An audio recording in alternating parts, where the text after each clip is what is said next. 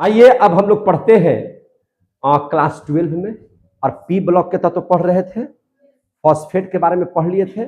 आज हम वर्ग 15 अब नहीं, अब वर्ग 16 आज से चलाएंगे। क्या चलाएंगे? वर्ग 16। यानी कि आज से चलेगा क्या चीज? वर्ग 16। 15 हो गया कंप्लीट, 16 17 18 तीन गुण है। तो चलिए 16 के तत्वों को समझेंगे। वर्ग 16 के तत्वों, वर्ग 16 के तत्वों, जिसको हम लोग कहते हैं ऑक्सीजन परिवार, क्योंकि उसका शुरुआती कहां से होता है? ऑक्सीजन से। उसकी शुरुआती कहां से होती है? ऑक्सीजन से। इसलिए इसको हम लोग ऑक्सीजन परिवार के तत्व पढ़ेंगे, है ना। क्या लिख देते हैं? ऑक्सीजन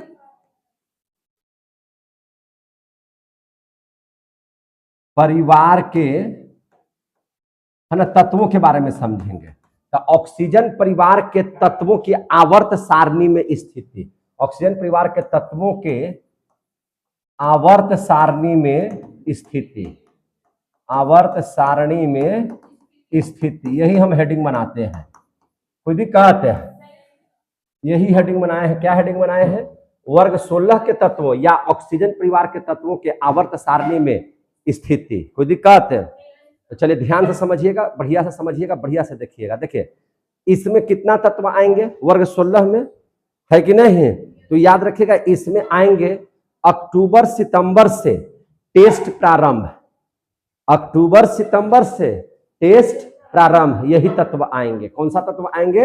अक्टूबर सितंबर से टेस्ट प्रारंभ। लाइए, है कि नहीं? अक्टूबर सितंबर से, है ना, टेस्ट प्रारंभ। हम अक्टूबर से पहले ही सितंबर, है ना, उससे टेस्ट प्रारंभ। इसका मतलब क्या हो गया? देखिए याद करने का एक तरीका हम खाली बता रहे हैं आपको, वो ध्यान में रखिएगा, ठीक है ना। याद करने का ये सब तरीका है जिसको हम आपको बता रहे हैं, ध्यान से समझते चलिएगा। तो ध्यान से समझिए, हमने कहा अक्टूबर सितंबर से टेस्ट प्रारंभ, इसका मतलब क्या हो गया? देखिए ओ से ऑक्सीजन, ऑक्सीजन हो गया अक्टूबर। हमने कहा सितंबर, सितंबर का मतलब हो गया एस से सेलेनियम, ठीक है ना। टेस्ट टेल्यूरियम, प्रारंभ पीओ, समझे कि नहीं? तो ये 5 तत्व है, O S A C T E PO. समझ में आ गई बात है? अक्टूबर सितंबर से टेस्ट प्रारंभ। क्लियर हो गया कि नहीं हो गया? तो ये 5 तत्व आएंगे इसी के अंतर्गत में। किसके अंतर्गत में? वर्ग 16 के अंतर्गत में, जिसको आपको ध्यान में एनी टाइम रखना है। कोई दिक्कत? तो चलिए आगे देख लेते हैं। अब इसमें कुछ नई बातों को देखते हैं। O S A C T E PO, आपने देखा पोलेनियम, ये इत्यादि तत्वों को आवर्त सारणी, एटीसी तत्वों को आवर्त सारणी, है ना, आवर्त सारणी कहां रखा गया है? आवर्त सारणी के वर्ग 16 कहां रखा गया है? वर्ग 16 में एक साथ रखा गया है। वर्ग 16 में एक साथ रखा गया है। कोई दिक्कत है? यहां तक में किसी को दिक्कत है तो बताइए। पहली बात हम लोगों ने समझा। दूसरी बात क्या समझ लेते हैं? इन्हें ऑक्सीजन का भी परिवार कहते हैं, क्योंकि इसका पहला तत्व कौन है? ऑक्सीजन। इसका पहला तत्व क्या है? ऑक्सीजन। इसलिए इसको ऑक्सीजन परिवार के तत्व भी कहा जाता है। समझे कि नहीं? तो इन्हें ऑक्सीजन परिवार के तत्व भी, ऑक्सीजन परिवार के तत्व भी कहा जाता है। ऑक्सीजन परिवार के तत्व भी क्या किया जाता है? कहा जाता है। दूसरी बात समझ लीजिए। तीसरी बात, इन्हें, है ना, इनको क्या कहता है? कैल्कोजेन परिवार भी कहा जाता है। क्या कहा जाता है? कैल्कोजन भी कहते हैं। इन्हें कैल्कोजन, स्पेलिंग इसका CHE से शुरू होता है। कहीं कहीं आपको चैल्कोजेन भी लिखा हुआ रहेगा, तो चिंता करने की बात नहीं है। चैल्कोगन या चैल्कोजेन, जो भी आपको पढ़ना होगा, वो भी पढ़ सकते हैं, भी कहते हैं, है कि नहीं। यह ग्रीक भाषा का शब्द है। यह किस भाषा का शब्द है? ग्रीक। इसका अर्थ होता है, देखिए ध्यान से, इसका अर्थ होता है, क्या अर्थ होता है? तो इसका अर्थ जो होता है, इसका मतलब होता है अयस्क बनाने वाले तत्व। क्या होता है? अयस्क बनाने वाले तत्व। इसका अर्थ होता है अयस्क बनाने वाले तत्व। इसका मतलब होता है अयस्क बनाने वाला तत्व। क्यों भाई? तो क्योंकि देखिए ध्यान से, क्योंकि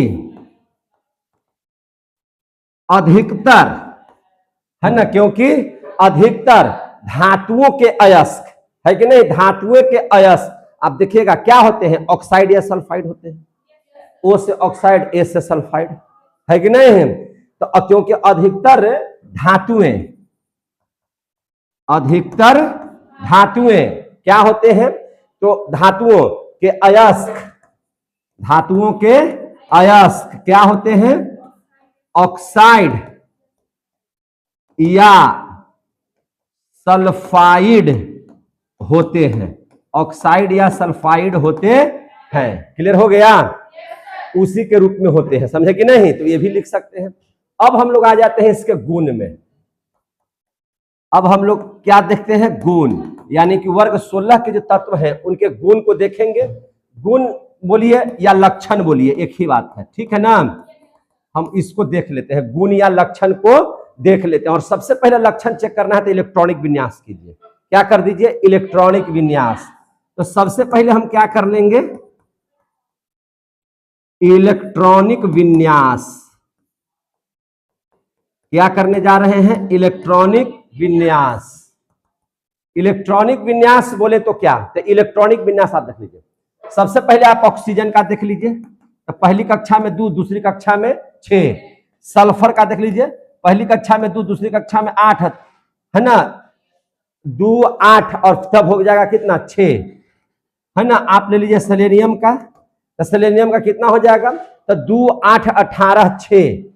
2, 8, 18, 6 इस तरह से आते जाएगा। इसका समझ में आ गई बात ना। तो इसका मतलब क्या हो गया? तो ये इसका इलेक्ट्रॉनिक विन्यास है। तो इलेक्ट्रॉनिक विन्यास में आप देखिए, पहले 2 कक्षा, 3 कक्षा, 4 कक्षा, अगला के 5 कक्षा में जाएगा, है कि नहीं। तो इस सब तरह से क्रमबद्ध बढ़ते रहते हैं। और सबका बाहरी कक्षा में कितना इलेक्ट्रॉन होगा? 6। कितना इलेक्ट्रॉन होगा? 6। समझे कि नहीं। तो ये आप लोगों को समझ में आ गया। अब इसके बाद दूसरी बात देख लेंगे, परमाणु त्रिज्या। दूसरा गुण क्या समझेंगे? परमाणु त्रिज्या के बारे में। परमाणु त्रिज्या को समझ लीजिए। कैसे समझिएगा परमाणु त्रिज्या? तो परमाणु त्रिज्या को समझ लीजिए, आप देखिए ध्यान से। अब देखिए यहां पे हम समझाने की कोशिश कर रहे हैं, जैसे ऑक्सीजन है तो बीच में तो प्रोटॉन होगा, और इसमें कितना कक्षा बनेगा? 2। इसका कितना कक्षा बनेगा? 3। 1, 2, 3। अगला का कितना बनेगा? 1, 2, 3, 4। उसके अगला का कितना बनेगा? 1, 2, 3, 4, 5। अब हमको आप बताइए, जब कक्षा बढ़ते जा रहा है तो देखिए यहां वाला का परमाणु त्रिज्या इतना दूर, यहाँ का परमाणु त्रिज्या इतना बड़ा, यहाँ का परमाणु त्रिज्या इतना बड़ा, और यहाँ का परमाणु त्रिज्या इतना बड़ा। तो जो ऊपर में है उसकी परमाणु त्रिज्या छोटी, और जो नीचे में है उसकी परमाणु त्रिज्या क्या है? बड़ी है।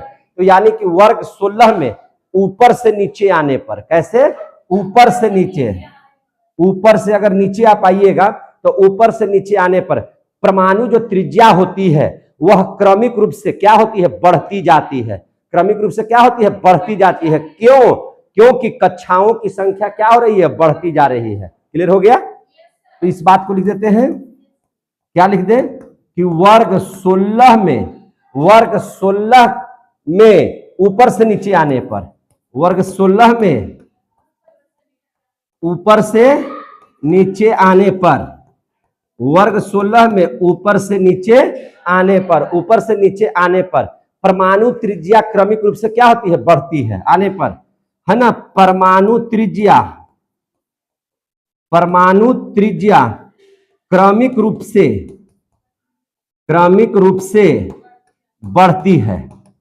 क्रमिक रूप से बढ़ती है। कोई पूछ दिया क्यों बढ़ती है, तो इसका भी आंसर दे देते हैं, क्योंकि, है ना, कक्षाओं की संख्या क्या होती है, बढ़ती है, क्योंकि कक्षाओं की संख्या बढ़ती है, कक्षाओं की संख्या बढ़ती है। समझ में आ रहा है तो बोलिएगा, क्योंकि कक्षाओं की संख्या क्या होती है, बढ़ती है। तो हमने इसका एक गुण पढ़ लिया इधर, है कि नहीं, और दूसरा गुण इधर पढ़ लिया, है कि नहीं। इसको ऐसे कर दो तो इधर हो गया इलेक्ट्रॉनिक विन्यास, इधर हो गया परमाणु त्रिज्या के बारे में हम लोग दो गुण पढ़ लिए। अब हम लोग इसका तीसरा गुण पर गौर करते हैं। हम लोग कैवा गुण पर गौर करते हैं, तीसरा, और इसकी भौतिक अवस्था जानते हैं। कौन सी अवस्था जानते हैं, भौतिक अवस्था। भौतिक अवस्था क्या है भैया, ये है कैसा, तो आप देखिए ऑक्सीजन की अगर हम लोग बात करें तो ऑक्सीजन ही एक ऐसा है जो क्या है, गैस है। इसकी अवस्था क्या है, गैस। बाकी जो है, बाकी जो बच गया एस, एसी, टीई, पीओ, बचा कि नहीं बचा, तो ये सब के सब क्या है, तो ये सब के सब सॉलिड है। सब के सब क्या है, सॉलिड है। ये सब के सब क्या है, सॉलिड है। क्लियर हो गया कि नहीं हो गया, ये सब के सब सॉलिड है। समझ में आ गई बात, ये सब के सब क्या हो गए, सॉलिड, यानी कि एक गैस है ऑक्सीजन पहला वाला, और बाकी सब के सब क्या है, सॉलिड है। यहां तक की बात समझ में आ गई। तो अब हम लोग चौथा गुण पढ़ लेंगे इसका, घनत्व के बारे में। किसके बारे में, घनत्व के बारे में। घनत्व के बारे में आप लोग जानते हैं कि इसका सूत्र होता है द्रव्यमान बटा आयतन। घनत्व का सूत्र क्या होता है, डेंसिटी बराबर क्या होता है, द्रव्यमान बटा आयतन, होता है कि नहीं। मतलब क्या है, घनत्व बढ़ेगा तो आयतन भी बढ़ेगा, लेकिन उसी अनुरूप द्रव्यमान भी बढ़ेगा। उसी अनुरूप क्या बढ़ेगा, द्रव्यमान भी बढ़ेगा। और कुल मिला जुला करके अगर हम बात करें तो वर्ग में अगर ऊपर से नीचे आइएगा तो घनत्व भी क्रमिक रूप से क्या होते रहता है, बढ़ते रहता है। घनत्व भी क्या होते, अरे बड़ा बढ़ते जाएगा, क्षेत्र उसका बढ़ते जाएगा, कक्षाएं बढ़ती जाएंगी, इलेक्ट्रॉन बढ़ते जाएंगे, तो घनत्व भी क्या होते जाएगा, बढ़ते जाएगा। सीधी सी बात है। तो वर्ग में ऊपर से नीचे आने पर, वर्ग में ऊपर से नीचे आने पर, वर्ग में ऊपर से नीचे आने पर, वर्ग में ऊपर से नीचे आने पर घनत्व क्रमिक रूप से बढ़ती है। आने पर घनत्व क्रमिक रूप से, है ना, क्रमिक रूप से बढ़ती है। क्या होती है, बढ़ती है ना, क्रमिक रूप से बढ़ती है। चूंकि घनत्व का परिभाषा जानते हैं, द्रव्य बटा क्या होता है, आयतन। आयतन बराबर क्या होता है, देखिए अगर त्रिज्याएं गोल है तो उसका आयतन क्या हो जाएगा, 4/3 पाई आर क्यू हो जाएगा। आयतन क्या हो जाएगा, 4/3 पाई आर क्यू। क्योंकि उसकी जो कक्षाएं होती है कैसी होती है, परमाणु की आकृति कैसी होती है, गोलाकार होती है। और आप जानते हैं कि जो आयतन होता है वह समानुपाती होता है आर का। किसका समानुपाती होता है, आर का। यानी कि आयतन बढ़ेगा, त्रिज्या बढ़ जाएगा, यानी कि इसका मान बढ़ जाएगा। तो ठीक है, इसका आयतन बढ़ा तो क्या द्रव्यमान बढ़ रहा है कि नहीं, तो द्रव्यमानवा तो सीधा घनत्व का समानुपाती है कि नहीं, सीधा जो है इसका क्या है, अनुपाती है। यानी कि ये जितना बढ़ता है उतना रेशियो से नहीं बढ़ता, लेकिन ये भी बढ़ता है। और बढ़ेगा तो थोड़ा ज्यादा ही, मतलब ज्यादा तेजी से घनत्व नहीं बढ़ेगा, लेकिन धीरे धीरे घनत्व क्या होते जाएगा, बढ़ते जाएगा। ये बात समझ में आ गई, बात है समझ में आई कि नहीं आई। तो अब हम लोग देख लेते हैं पांचवा। अब क्या देख लेते हैं, पांचवा। पांचवा में हम लोग पढ़ लेंगे आयनन एंथैल्पी। क्या पढ़ लेंगे, आयनन एंथैल्पी।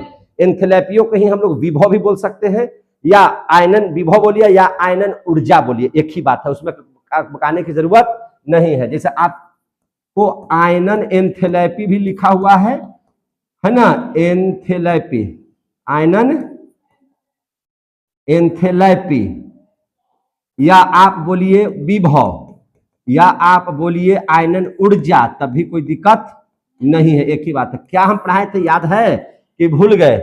आपको हम बताए थे कि प्रत्येक कक्षा में इलेक्ट्रॉन होता है, तो एक इलेक्ट्रॉन को निकालने के लिए जितनी ऊर्जा की आवश्यकता होगी वही उसका आयनन ऊर्जा, आयनन एंथैल्पी या आयनन विभव कहलाएगा। बाहरी कक्षा में से एक इलेक्ट्रॉन निकालने के लिए जितनी ऊर्जा की आवश्यकता पड़ेगी वही उसका क्या हो जाएगा, आयनन एंथैल्पी या आयनन। जैसे देखिए, आप देखिए यहाँ पे ध्यान से, अब आपको समझ में आएगा। देखिए कैसे आएगा, देखिए यहाँ पर है ऑक्सीजन, उसके बाद क्या है सेलेनियम, सल्फर, उसके बाद क्या है सेलेनियम है, उसके बाद क्या है टेलेरियम है, उसके बाद क्या है पोलोनियम है कि नहीं है। अब अगर हम लोग बात करें इसमें 2 कक्षाएं हैं, इसमें कितनी कक्षाएं हैं? 3 कक्षा हैं। इसमें कितनी कक्षा बन जाएगा? 4 कक्षा। इसमें कितनी कक्षा बन जाएगा? 4। इसमें कितनी कक्षा बन जाएगा? 5। देख रहे कि नहीं? इसमें और कक्षाएं बढ़ेंगी कि नहीं बढ़ेंगी? अब स्थिति को समझिए ध्यान से। ये अब बताइए, आप ही खुद है, यहां पर भी एक इलेक्ट्रॉन है, इसको हमको बाहर करना है। क्या करना है? बाहर। और यहां पर भी इलेक्ट्रॉन है, यहां से भी इलेक्ट्रॉन को हमको क्या करना है? बाहर करना है, यानी कि इसको निकालना है। अब हमको बताइए, इसका इलेक्ट्रॉन निकालने में आसान है कि इसका इलेक्ट्रॉन निकालने में आसान है? तो हमको देखिए, यहां से यहां पे है प्रोटॉन, और प्रोटॉन इलेक्ट्रॉन को आकर्षित करेगा। सबसे पहले बात समझिए, प्रोटॉन क्या करता है? इलेक्ट्रॉन को कस के पकड़े रहता है।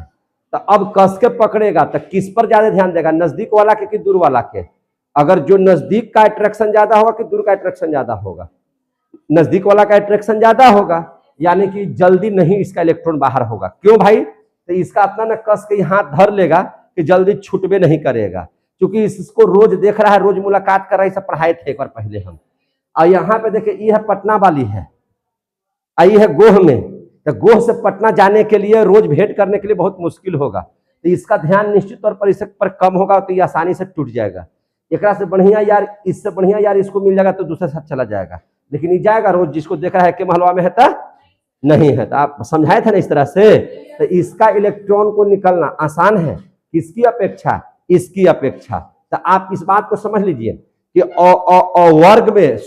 वर्ग 16 में अगर ऊपर से नीचे जैसे जैसे आप आइएगा तो आयनन एंथैल्पी का मान क्रमिक रूप से घटते जाएगा। क्या होते जाएगा? घटते जाएगा, क्योंकि इसको तोड़ने में बहुत भार है, यानी कि क्रमिक आयनन एंथैल्पी ऊर्जा बहुत ज्यादा लग रहा है, लेकिन यहाँ पे कम है कि नहीं, तो वो घटते जाएगा। समझ में आ रहा है तो बोलिएगा यस। तो चलिए आगे जब बैठते हैं, इसको लिख देते हैं। क्या लिख दे? लिखते हैं कि वर्ग 16 में ऊपर से नीचे आने पर, वर्ग 16 में ऊपर से नीचे आने पर, वर्ग 16 में ऊपर से नीचे आने पर क्या होगा? तो ऊपर से जैसे नीचे आइएगा तो आयनन एंथैल्पी का मान क्रमिक रूप से घटता है। आयनन एंथैल्पी का मान क्रमिक रूप से घटता है। आयनन एंथैल्पी का मान क्रमिक रूप से क्या होता है? घटता है। समझ में आ गई बात? क्यों घटता है?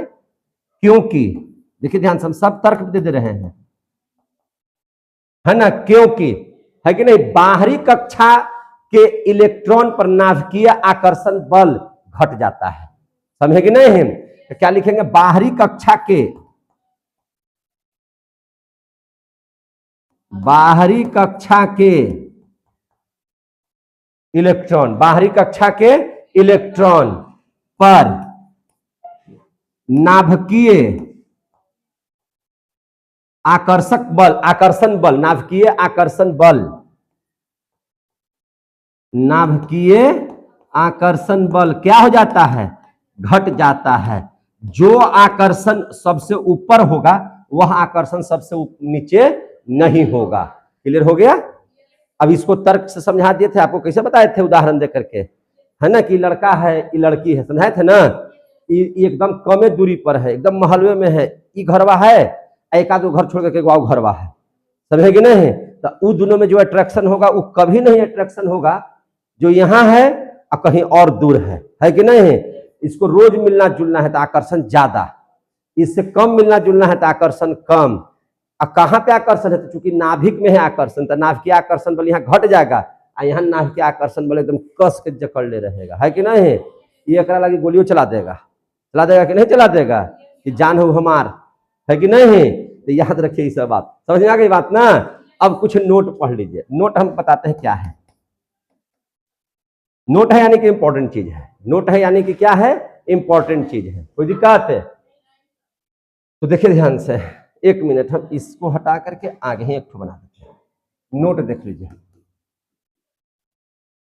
आप ध्यान से समझिएगा इस चीज को। नोट में क्या समझना है नोट में, देखिए ध्यान से। आप ले लीजिए वर्ग 15 का तत्व ले लीजिए नाइट्रोजन। क्या ले लीजिएगा, नाइट्रोजन। तो नाइट्रोजन का कितना होता है, 7। और 7 का जब इलेक्ट्रॉनिक विन्यास कीजिएगा तो कैसे कीजिएगा, 1s2 2s2 2p3, 3 2 5 2 7 को हो गया कि नहीं हो गया। अब इसमें 16 में आइएगा तो ऑक्सीजन कितना हो जाएगा, 8, 1s2 2s2 2p4, होगा कि नहीं होगा मेरे भाई, 2p4 होगा कि नहीं होगा। अब इसमें आप हमको बताइए, ई अस्थाई की ई ज्यादा अस्थाई, ये ज्यादा अस्थाई आपके हिसाब से, लेकिन नहीं, ये अस्थाई है। का है, हम ये भी पढ़ाए हैं, आप भूल गए हैं तो याद दिला देते हैं। अब जरा सा इसको देखिए, हम इसको बनाते हैं बॉक्स, तो एस का 2 इलेक्ट्रॉन है, बन गया। अब यहाँ 2s का देखिए 1 इलेक्ट्रॉन 2 इलेक्ट्रॉन, अब p का देखिए 1 2 3, ये आधे है लेकिन पूर्ण है, ये आधा है लेकिन क्या है, पूर्ण है। तो ये कैसा हो गया, अर्धपूर्ण है, अर्धपूर्ण है। तो अर्धपूर्ण जो रहेगा उसको क्या बोलेंगे, अस्थाई। लेकिन इसमें देखिए 2 तो यहां है, कोई दिक्कत नहीं है। अब यहां देखिए भी 2 हो गया, कोई दिक्कत नहीं है। यहाँ p4 देख लीजिए, 1 इलेक्ट्रॉन 2 इलेक्ट्रॉन 3 इलेक्ट्रॉन और 1 4 इलेक्ट्रॉन। तो जब या तो आधा हो नहीं तो पूरा हो, यही ना बताए थे। तो आधा है तो पूर्ण रूपे ना अस्थाई, अर्धपूर्ण रूपे ना अस्थाई है। लेकिन ये ज्यादा इलेक्ट्रॉन रहते हुए भी क्या हो गया, अस्थाई। ये क्या हो गया, अस्थाई, ये अस्थाई नहीं है। क्लियर हुआ कि नहीं हुआ। तो यानी कि हम क्या कह सकते हैं, कह सकते हैं कि वर्ग 16 के तत्वों का आयनन विभव या आयनन एंथैल्पी, वर्ग 16 के तत्वों का आयनन विभव, क्या बोल सकते हैं, आयनन विभव। वर्ग 16 के तत्वों का क्या चीज, आयनन विभव, वर्ग 15 के तत्वों से कम होता है। समझे कि नहीं, वर्ग 15 के तत्वों से कम होता है, कम होता है। सारी बात का हम दे रहे हैं जवाब भी, काहे कम होता है कोई पूछ दिया, क्योंकि बात समझिएगा, सब में कारण भी देते चले ताकि आपको पढ़ने में, नोट्स बनाने में लगे कि हाँ कहीं टीचर से पढ़े हैं, बढ़िया टीचर से। समझ में आ रही है जो बात बोल रहे हैं। तो क्योंकि क्या है, क्योंकि में, क्योंकि वर्ग 15 के तत्वों में, वर्ग 15 के तत्वों में आप क्या देखें, तो वर्ग 15 के तत्वों में देखें कि आधा भरा हुआ अर्धपूर्ण है, पी उपकोष में होता है कि नहीं होता है। जबकि और जब अर्धपूर्ण होगा और पी 3 गो होगा तो यानी कि कहेंगे कि वह अस्थाई होता है। वह कैसा होता है, अस्थाई होता है। तो वही बात लिख रहे हैं, क्योंकि वर्ग 15 के तत्वों में आधा भरा हुआ, आधा भरा हुआ, आधा भरा हुआ को क्या बोलेंगे, अर्धपूर्ण, है ना, क्या बोलेंगे, अर्धपूर्ण पी उपकोष होता है। अर्धपूर्ण क्या होता है, पी उपकोष होता है। क्लियर हो गया कि नहीं हो गया, अर्धपूर्ण पी उपकोष होता है। क्लियर हो गया। जो परमाणु को क्या बना देता है, अस्थाई, जो परमाणु को अस्थाई बनाता है, जो परमाणु को क्या बनाता है, अस्थाई बनाता है, जो परमाणु को अस्थाई बनाता है। इसलिए वर्ग 15 जो है अस्थाई तत्व, अस्थाई होगा सबके सब तत्व, और इसका वर्ग 16 में इलेक्ट्रॉन ज्यादा होते हुए भी क्या हो जाएगा, अस्थाई हो जाएगा। क्लियर हो गया कि नहीं हो गया, कहीं इतना तक दिक्कत तो है तो बोलिए। अब हम लोग देख लेते हैं छठा गुण या लक्षण, जिसको बोलना है वो बोलिए। तो छठा देख लीजिए, छठा क्या है इसके बारे में हम लोग समझे ध्यान से। अब इसमें समझिए क्या छठा क्या है सर। अब हम लोग पढ़ लेंगे इलेक्ट्रॉन लब्धि। क्या पढ़ लेंगे, इलेक्ट्रॉन लब्धि एंथैल्पी या इलेक्ट्रॉन बंधुता उसको बोलेंगे। क्या बोलेंगे, इलेक्ट्रॉन बंधुता। तो इलेक्ट्रॉन लब्धि पढ़ेंगे, इलेक्ट्रॉन लब्धि, है ना, इलेक्ट्रॉन लब्धि एंथैल्पी, एंथैल्पी, या इसी को हम लोग क्या बोलते हैं, इलेक्ट्रॉन बंधुता। क्या बोलते हैं, इलेक्ट्रॉन बंधुता। अब देख लीजिए, अच्छा इसको समझ लीजिए आप पहले ठाट से, कैसे समझ लीजिएगा, देखिए इलेक्ट्रॉन लब्धि क्या है समझिए। जैसे मान के चलिए कि कोई तत्व है, कोई तत्व है तो बीच में नाभिक होगा, उसका परमाणु के नाभिक होगा, और उसके बाद उसमें कक्षाएं होंगी, ऐसे ऐसे कक्षाएं होंगी कि नहीं होंगी। मान के चलिए कक्षाएं हैं, किसी कक्षा में हमको 10 जूल ऊर्जा इलेक्ट्रॉन लगा रहा है। कितना, मान लीजिए कि इसका 10 जूल, 20, इसका 30, इसका 40, इसका 50। कोई बाहरी इलेक्ट्रॉन है, तो बाहरी इलेक्ट्रॉन है और उसका ऊर्जा है कितना, 60 जूल। कितना है, 60 जूल है। तो 60 जूल अगर इसमें प्रवेश करना चाहेगा तो प्रवेश कर पाएगा क्या, नहीं कर पाएगा, क्योंकि इसके पास ऊर्जा मैक्सिमम कितना है, 50 जूल का। तो इसको प्रवेश करने के लिए 60 जूल्स का इलेक्ट्रॉन नहीं होना चाहिए, बल्कि 50 जूल होना चाहिए। तो इस 10 जूल को क्या कर देगा, बर्बाद, 10 जूल को बाहर कर देगा ना ये। तो जो जितना इलेक्ट्रॉन, जैसे कोई भी इलेक्ट्रॉन अगर किसी कक्षा में प्रवेश कर रहा है, तो वह जितना जूल ऊर्जा को खर्च करेगा या इन्वेस्ट हटाएगा उसको, वही उसकी इलेक्ट्रॉन लब्धि हो जाएगी। क्या हो जाएगा उसका, इलेक्ट्रॉन लब्धि।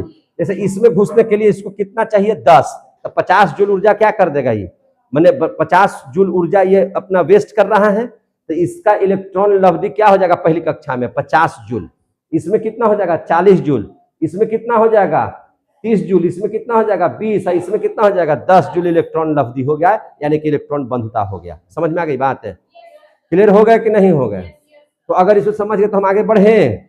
तो देख लीजिए आप ध्यान से, इलेक्ट्रॉन लब्धि या एंथैल्पी समझ लीजिए।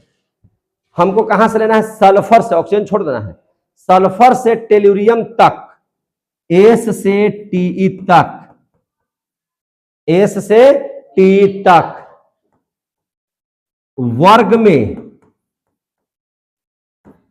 है ना, एस से टी तक वर्ग में ऊपर से नीचे आने पर, कैसे, ऊपर से नीचे जाने पर, ऊपर से नीचे जाने पर, जब भी जाएगा तो ऊपर ही से ना नीचे जाइएगा, तो इलेक्ट्रॉन लब्धि एंथैल्पी का मान क्या हो जाएगा, घटता है। क्लियर हो गया, इस ऊपर से नीचे जाने पर इलेक्ट्रॉन, जितने देख रहा है देखिए ना, जैसे जैसे ये करेगा ऊपर से, आप जैसे ये ऊपर होगा इधर, नीचे जाइएगा, ऊपर से कहां जाइएगा, नीचे, ऊपर से जैसे नीचे जाइएगा तो इलेक्ट्रॉन लब्धि का मान क्या हो जाएगा, एंथैल्पी का मान घटेगा। इलेक्ट्रॉन लब्धि एंथैल्पी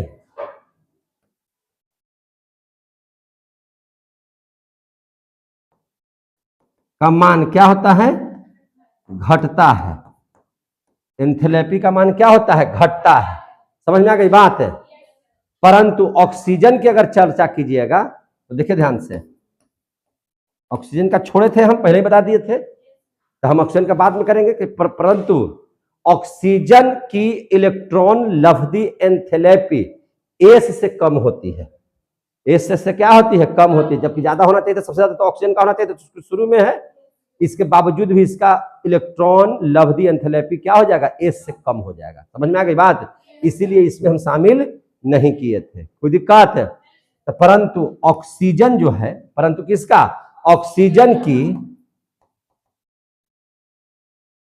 इलेक्ट्रॉन लब्धि एंथैल्पी है कि नहीं, परंतु ऑक्सीजन की इलेक्ट्रॉन लब्धि एंथैल्पी एस से क्या होती है, सल्फर से क्या होती है, कम होती है, एस से कम होती है। नियमतः ज्यादा होना चाहिए था, लेकिन क्या होती है, कम होती है। काहे, कारण देना होगा, हम सबके कारण लिखवा रहे हैं ना, क्योंकि याद रखिएगा, क्योंकि जो ऑक्सीजन है आपका, उसका जो आकार है वह छोटा होता है। ऑक्सीजन का आकार क्या होता है, छोटा होता है, आकार क्या होता है, छोटा होता है। इसका आकार कैसा होता है, छोटा होता है, तथा उस पर इलेक्ट्रॉन का जो घनत्व है वो अधिक हो जाता है। समझे कि नहीं, ये भी बात को लिख देते हैं क्योंकि घनत्व भी पढ़ाए थे।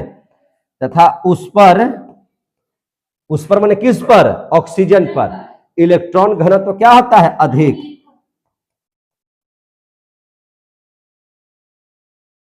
इलेक्ट्रॉन घनत्व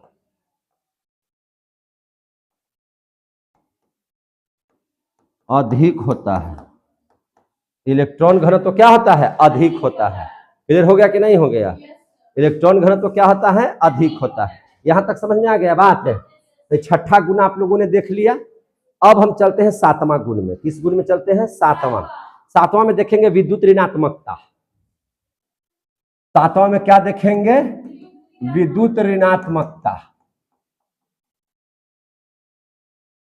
विद्युत ऋणात्मकता समझिए ध्यान से, क्या है विद्युत ऋणात्मकता, तो ध्यान से समझिए विद्युत ऋणात्मकता क्या है।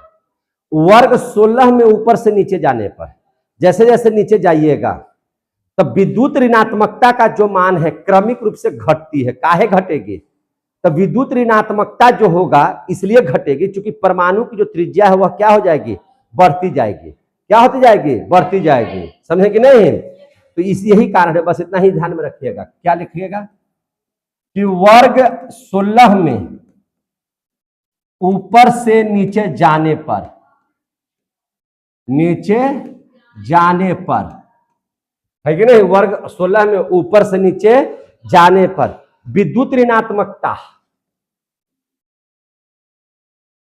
विद्युत ऋणात्मकता क्या होती है, तो विद्युत ऋणात्मकता जो होगी वह क्रमिक रूप से घटती है। कैसे घटती है, क्रमिक रूप से,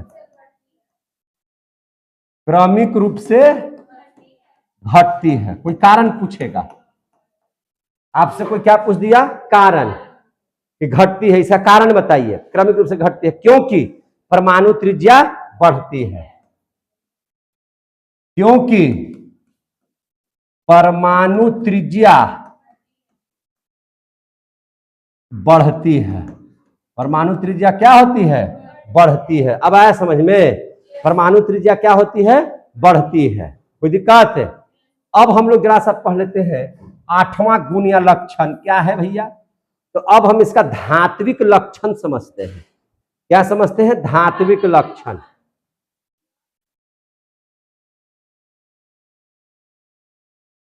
अब इसका पढ़ लेते हैं हम लोग क्या चीज, धात्विक लक्षण। धात्विक लक्षण क्या देख लेंगे, देखिए आप बहुत ध्यान से समझिएगा कैसा है, और आप बताइए कि धीरे धीरे बढ़ेगा कि घट रहा है, आप समझिएगा। O S A C T E P O, यही ना है, इसमें यही ना है। तो ये आपको पता है कि ये दोनों के दोनों क्या है, अधातु है। तो पहले हो गया अधातु। ये दोनों को ध्यान से देखिए तो ये क्या है, उपधातु। क्या है ये, उपधातु। ये पूर्ण रूपेण अधातु नहीं है, उपधातु है, यानी कि धातु की ओर अग्रसर हो गया। पहले प्योर अधातु, धीरे धीरे उपधातु, और जैसे ही इसके पास पहुंचे तो ये हो गया हमारा धातु। तो अब बताइए धात्विक लक्षण आपको क्या लग रहा है, तो पहले अधातु था, फिर धीरे धीरे अंतिम में देख रहे तो धातु हो गया। यानी कि ऊपर से नीचे जाने पर धात्विक लक्षण गुण बढ़ता है कि घटता है, तो बढ़ता है। क्या होता है, बढ़ता है। समझ में आ गई बात है। तो इस बात को लिख देते हैं, क्या लिखते हैं कि वर्ग 16 में ऊपर से नीचे जाने पर, ऊपर से नीचे जाने पर, समझ में आ रहा तो बोलिएगा, वर्ग 16 में ऊपर से नीचे जाने पर धात्विक लक्षण बढ़ता है। धात्विक लक्षण बढ़ता है। समझ में आ रहा है सबको, धात्विक लक्षण क्या होता है, बढ़ता है। कोई दिक्कत है। अब हम लोग आगे देख लेंगे, है ना। अच्छा एक चीज इसमें समझ लीजिए, है ना, बंध के बारे में अगर समझ लीजिए, समझे कि नहीं, तो देखिए ध्यान से। बंध के बारे में समझ लीजिए, चाहे अगला इसको बना दे, क्या गुण 9वें कर देते हैं, क्या कर देते हैं 9वां, हम लिख देते हैं बंध, इसको अलगे करके पढ़ाइए देते हैं बंध। बंध देखे ध्यान से, कैसा बंध बनाता है, तो ऑक्सीजन तो आप लोगों को पता है कि आयनिक या सहसंयोजक बंधन बनाता है। कैसा बंधन बनाता है, आयनिक या इधर उधर करता है ना, सपोर्ट लेता है ना, दूसरे से देता है ना, किसी को लेता है ना किसी से, सहसंयोजक बंध बनाता है। आयनिक या सहसंयोजक बंध बनाता है, समझे कि नहीं। आयनिक भी बनाता है, आयनिक या नहीं वह आयनिक और सहसंयोजक दोनों बनाता है। लेकिन एस एसी टीई पीओ ये आयनिक बंधन नहीं बनाते हैं। कौन सा बंधन बनाते हैं, सहसंयोजक बंध बनाते हैं। क्या बनाते हैं, सहसंयोजक बंध। आया समझ में, सहसंयोजक बंध बनाते हैं।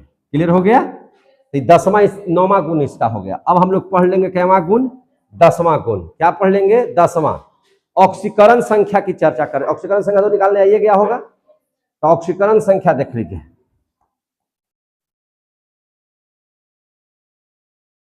ऑक्सीकरण संख्या ध्यान समझिएगा, ऑक्सीकरण संख्या, ठीक है ना। तो ऑक्सीकरण संख्या जो होता है ऑक्सीजन का, आप लोग सबको जानता है कि कितना होता है, -2। पढ़े हैं कि नहीं पढ़े हैं।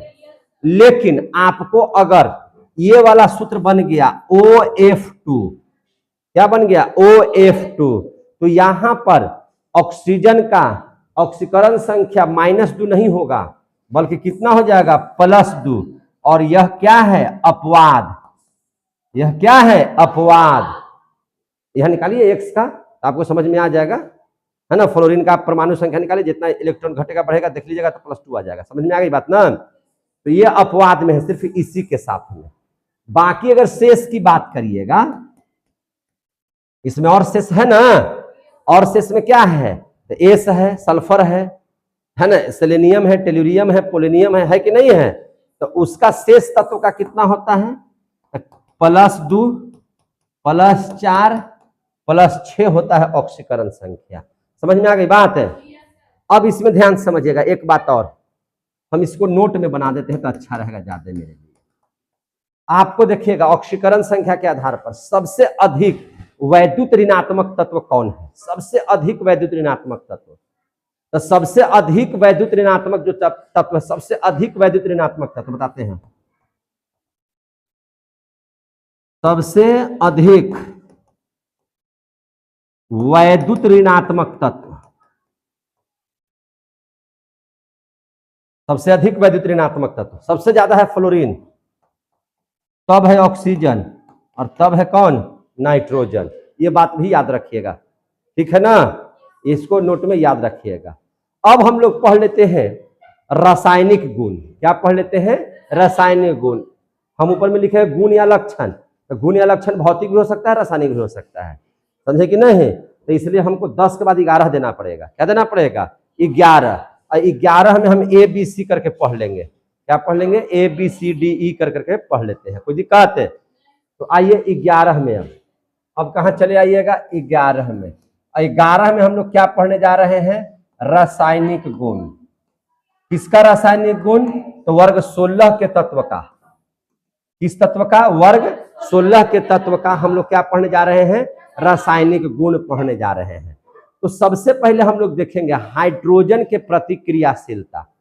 क्या पढ़ लेंगे, हाइड्रोजन के प्रति क्रियाशीलता देखते हैं इन लोगों का क्या है, ध्यान से समझिएगा। हाइड्रोजन के प्रति क्रियाशीलता को समझ लेते हैं। कैसे समझेंगे, तो आप देखिए हमने कौन कौन सा चीज ले लिया, oxygen, sulphur, selenium, tellurium, polonium, लिए कि नहीं लिए। अब इस सब के आगे H2 लगा दिए, तो ये हो जाएगा H2O, H2S, H2SC, H2TE और H2PO। हो गया कि नहीं हो गया। तो आप देखिएगा, है कि नहीं, आप क्या देखिएगा, यहां तक जब देखिएगा तो आपको देखिए, अगर हम वाष्पशीलता देखें, इसकी वाष्प बनाने की शक्ति, तो ए में लिख देते हैं वाष्पशीलता। क्या देख लेते हैं, वाष्पशीलता। तो वाष्पशीलता जब देखिएगा तो सबसे ज्यादा वाष्प कौन बनाएगा, सबसे ज्यादा वाष्प कौन बनाएगा जानते हैं? तो सबसे पहले ध्यान से देखिएगा, यहाँ पे आपको हम एक चीज बता रहे हैं।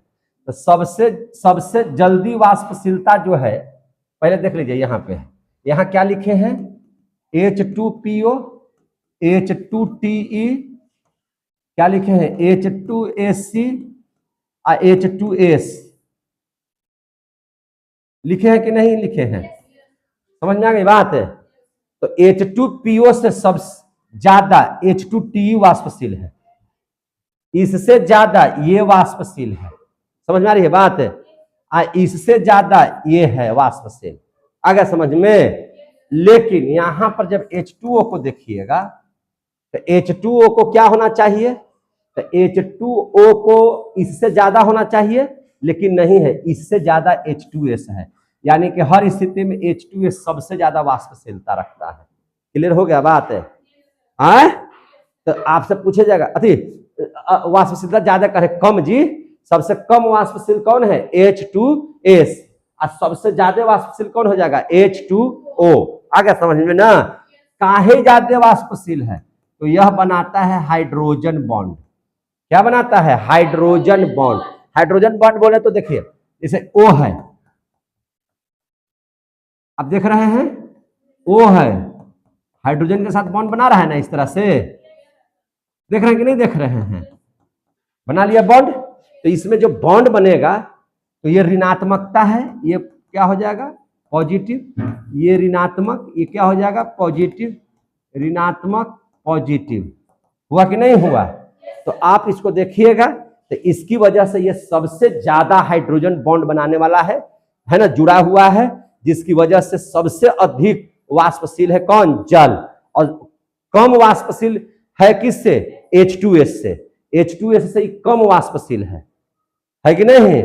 सबसे ज्यादा वाष्पशील कौन हो गया, H2S, समझे कि नहीं, H2S ये है, लेकिन कम वाष्पशील है किससे,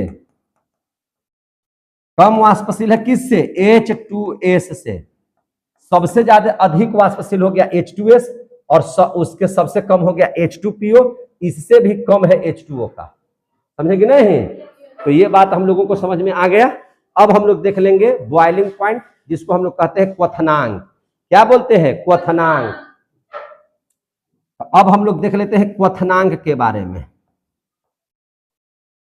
क्या चीज के क्वथनांक को हम लोग क्या बोलते हैं, बॉइलिंग पॉइंट। आ रहा है समझ में ना? तो ध्यान से समझिएगा।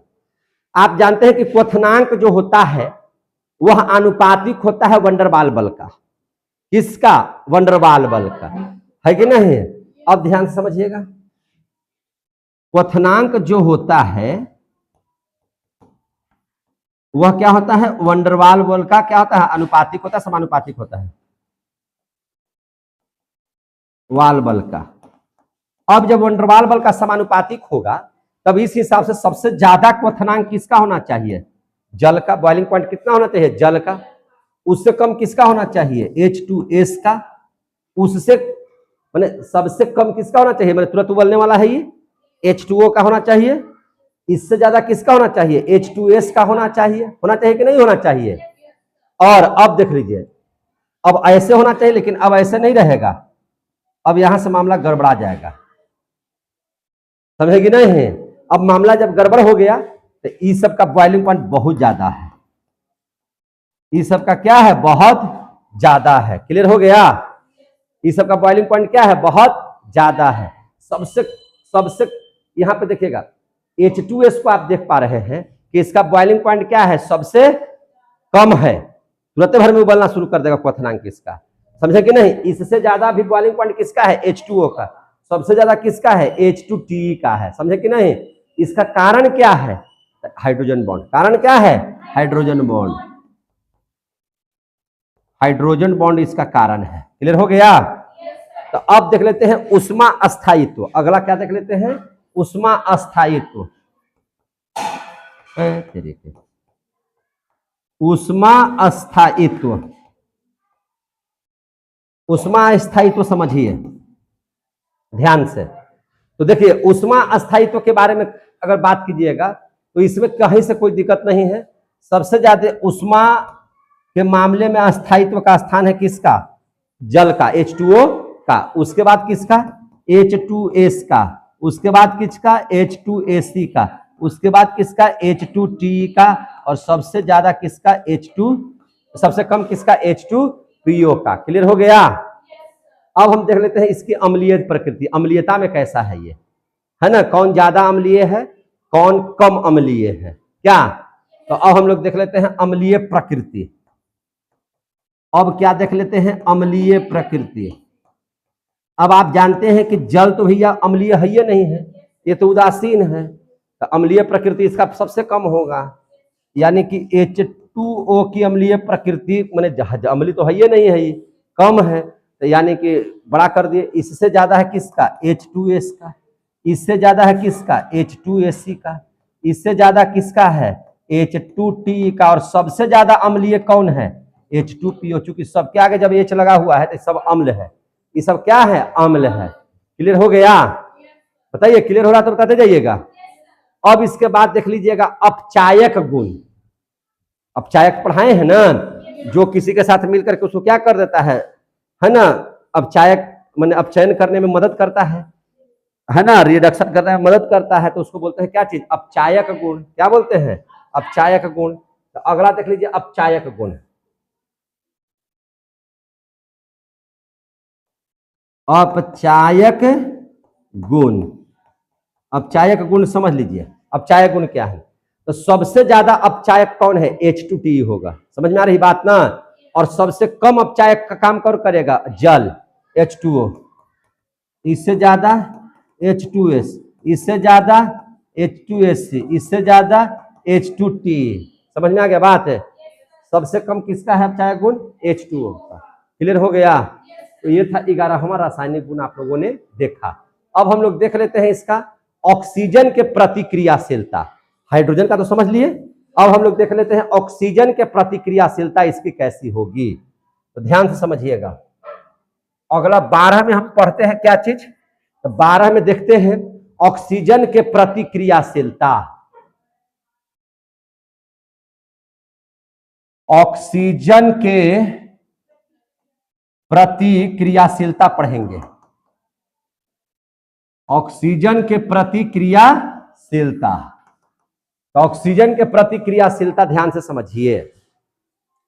देखिए ऑक्सीजन के साथ ही कैसा व्यवहार करेगा सब समझ लीजिए। तो हम लिख देते हैं यहां पे, है कि नहीं, क्या व्यवहार करेगा? तो देखिए ध्यान से, या तो ही बनाएगा XO2 या बना देगा XO3। और ऑक्सीजन के साथ मिलेगा तो या तो डाइऑक्साइड या तो ट्राइऑक्साइड बना देगा। इस सब का कोई भी धातु या तो ऑक्साइड बनाता है या ट्राइऑक्साइड बनाता है, समझे कि नहीं? तो XO2 या XO3 प्रकार के ऑक्साइड बनाते हैं, प्रकार के ऑक्साइड बनाते हैं, यही ना बनाते हैं, ऑक्साइड बनाते हैं।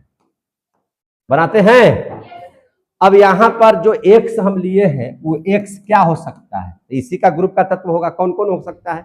तो O हो सकता है, S हो सकता है, AC हो सकता है, TE हो सकता है, PO हो सकता है।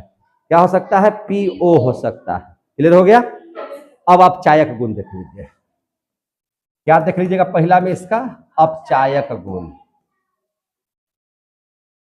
ध्यान से समझिए। अपचायक गुण, अपचायक गुण को देख लीजिए। तो S अगर O2 के साथ कर लिया तो SO2 बना देगा। क्या बना देगा? SO2 बना देगा, सल्फर डाइऑक्साइड बना देगा, है ना। तो सबसे ज्यादा अपचायक गुण इसी के पास होगा ACO2 की तुलना में। किसकी तुलना में? ACO2 की तुलना में। और सबसे ज्यादा किसका हो जाएगा? तो TuO2 का हो जाएगा। किसका हो जाएगा? TuO2 का हो जाएगा। समझे कि नहीं? और अगर हम लोग 3 में बात करें तो SO3 सबसे ज्यादा हो जाएगा अपचायक गुण में, और उसके बाद कौन हो जाएगा? ACO3 हो जाएगा, या आप देखते हैं तो क्या हो जाएगा? TeO3 का हो जाएगा। क्लियर हो गया कि नहीं हो गया? तो अपचायक गुण किसका होगा ज्यादा? सबसे पहले जो होगा सबसे ज्यादा होगा। समझे कि नहीं? तो याद रखेगा दोनों प्रकार के ऑक्साइड ये सब क्या है? अम्लीय है। दोनों प्रकार के ऑक्साइड क्या हो गए यहाँ पर? अम्लीय। धातु के ऑक्साइड ऐसे ही पढ़े ना कि अम्लीय होते हैं, तो अधातु के ऑक्साइड अधातु के ऑक्साइड अम्लीय होते, पढ़ाए हैं हम लोग। तो छोड़िए ना सब, SO3 या SO2 तो अम्लीय है ना, तो चाहे इसको लीजिए चाहे इसको लीजिए, अम्लीय हो जाएगा। क्या हो जाएगा? अम्लीय हो जाएगा। दोनों प्रकार के ऑक्साइड क्या होते हैं? अम्लीय।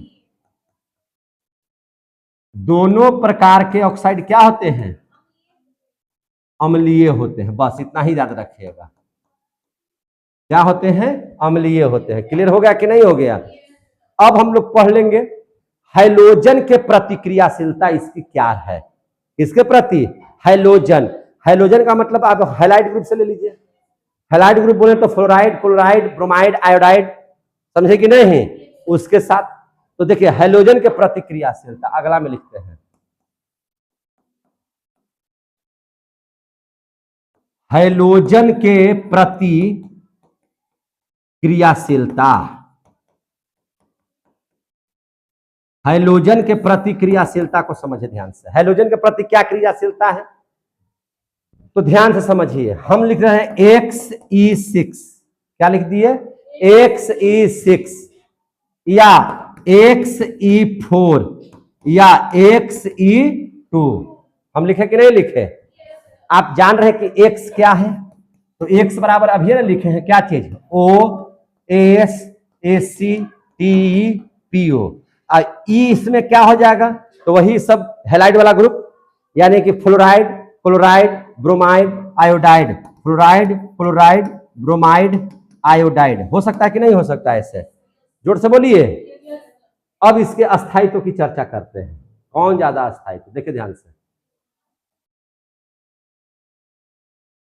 समझे कि नहीं समझे? तो याद रखिएगा अस्थायित्व देख लीजिए। अगर आप अस्थायित्व की अगर चर्चा करते हैं तो आप ध्यान से समझिएगा, XF2 जो बनाएगा, क्या बना देगा? XF2 ज्यादा अस्थायी होगा किसकी अपेक्षा? XF4 की अपेक्षा। किसकी अपेक्षा? X4 की अपेक्षा। किसकी अपेक्षा? माने Cl2 ले लीजिए। X क्या ले लीजिए? Cl2। X क्या ले लीजिएगा? Cl2। समझ में आ गई बात है? इससे सबसे ज्यादा यही होगा, इससे कम जिसका होगा उसका नाम हो जाएगा XBr2। क्या हो जाएगा? XBr2। और सबसे कम किसका हो जाएगा? XI2, यानी कि आयोडीन वाला जिसके साथ जुड़ा हुआ रहेगा उसका अस्थायित्व तो कम, और जो फ्लोराइड के साथ जुड़ा होगा उसका ज्यादा होगा। ये कंफर्म रखिएगा। समझे कि नहीं समझे? अब यहां देखिए नोट में, या ऐसे लिख देते हैं, क्या लिख देते हैं? तो Xe6, क्या लिख दिए? Xe6 में केवल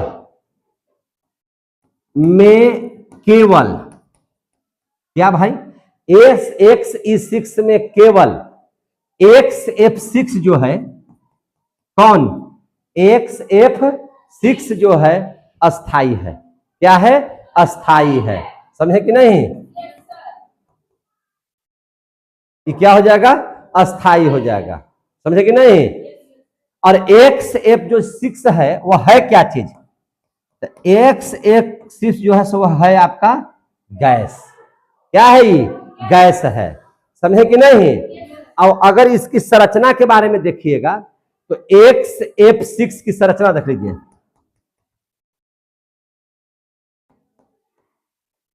इसकी जो संरचना होती है वह संरचना होती है अष्टफलकीय। क्या होती है?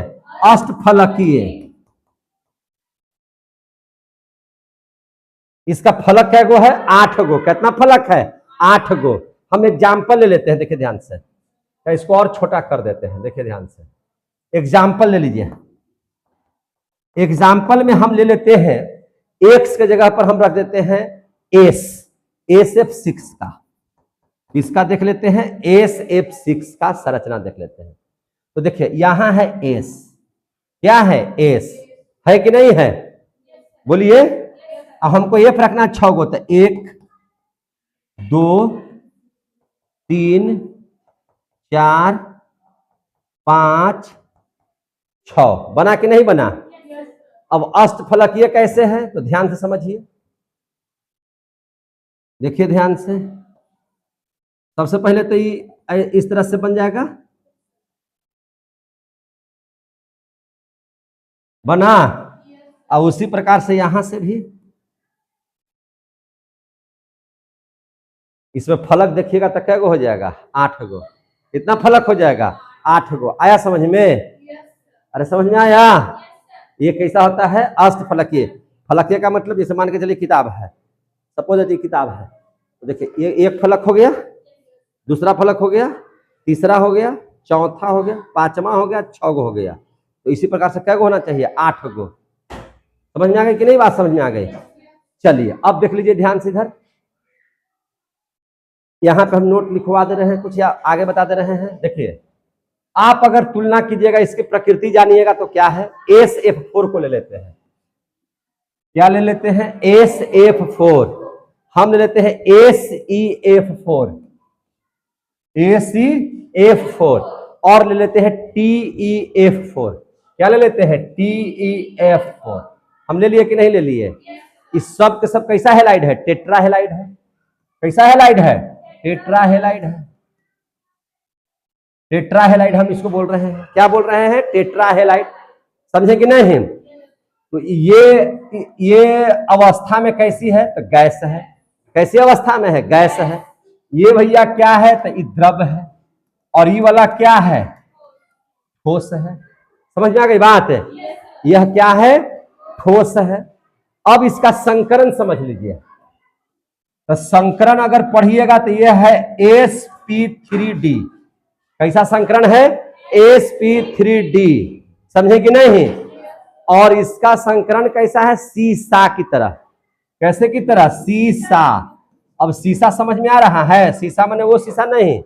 आप कभी कभी गार्डन में ऐसे देखिएगा बनाया हुआ रहेगा, इस पर एगो लड़का इधर बैठा हुआ रहेगा, एगो ऐसे रहेगा, एक बार हुचाक से ऐसे मारेगा, एक बार ये हुचाक से मारेगा, ऐसे तो ये उठेगा, ये दबेगा। समझ में आ रही बात ना? तो जब ऐसी संरचना होगी तो ये क्या हो जाएगा, सीसा इसको बोलेंगे। क्या बोलेंगे इसको, सीसा। समझ में आ गई बात ना? एग्जाम्पल समझिएगा जरा सा इसका, सीसा का एग्जाम्पल देखिए, हम बताते हैं आपको, तब समझ में आ जाएगा। आप ले लीजिए, है ना, क्या ले लीजिएगा, SF4 देख लीजिए। किसको देख लीजिए, SF4 को। किसको देख लीजिए, SF4।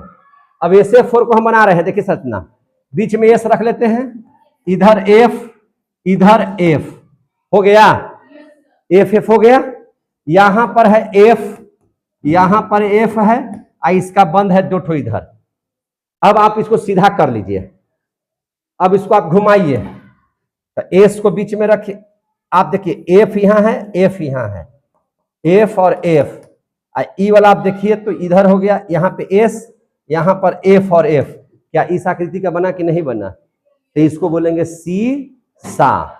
क्या बोलेंगे इसको, सीसा। समझेंगे नहीं? इसको क्या बोलेंगे, सीसा। संरचना कैसा बोल देंगे, सीसा। क्लियर हो गया तो बोलिएगा, कोई दिक्कत है? तो इसको कैसा हम लिखेंगे, संरचना अगर पूछा कि किसी संरचना कैसी है, तो संरचना में हम लोग बोलेंगे, है ना, कि 2 गो त्रिकोणीय तो बनाइए रहा है। क्या बना दे रहा है, त्रिकोणीय है कि नहीं? चाहे इसी में बता देते हैं, यहीं पर क्या बना दे रहा है इसमें संरचना, इसकी देख लीजिए। 3 कोना तो बनाइए रहा है, त्रिकोणीय है। 3 कोना है तो त्रिकोणीय है। अब पिरामिड की तरह, एगो इधर से एगो इधर से भी है, तो द्विपिरामिड भी हो गया। कैसा हो गया, द्विपिरामिड। तो त्रिकोणीय द्विपिरामिड कहेंगे। क्या कहेंगे, त्रिकोणीय द्विपिरामिड कहेंगे। अब समझ में आ गया बात आप लोगों को? क्या बोलेंगे, त्रिकोणीय द्विपिरामिड। आ गया समझ में कि नहीं आ गया? अब देख लीजिए यहां पे, अब एक और एग्जांपल दे दे, क्या बोलिए, डाई हेलाइड का ट्राई हेलाइड कैसे कहते थे, क्या जैसे डाई हेलाइड कैसे बना देगा वो समझ लीजिए, छोड़िए हटाइए। अब हम आपको डाई हेलाइड पढ़ा दे रहे हैं, तो XE2 क्या लिख दिए, XE2। समझे कि नहीं? या हम लोग ले लेते हैं XF2। क्या ले लेते हैं, XF2, XBR2 या XI2 ले ले। हाँ तो ले लेते हैं। ये सब क्या है, डाई हेलाइड है। क्या हो गया, डाई हेलाइड। अब इसमें देख लीजिए, इसमें अगर देख लीजिएगा, इसका संकरण की चर्चा कर देते हैं। तो इसका जब डाई हेलाइड होगा तो इसका संकरण हो जाएगा sp3। क्या हो जाएगा इसका संकरण, sp3 संकरण होगा। कैसा संकरण होगा? sp3।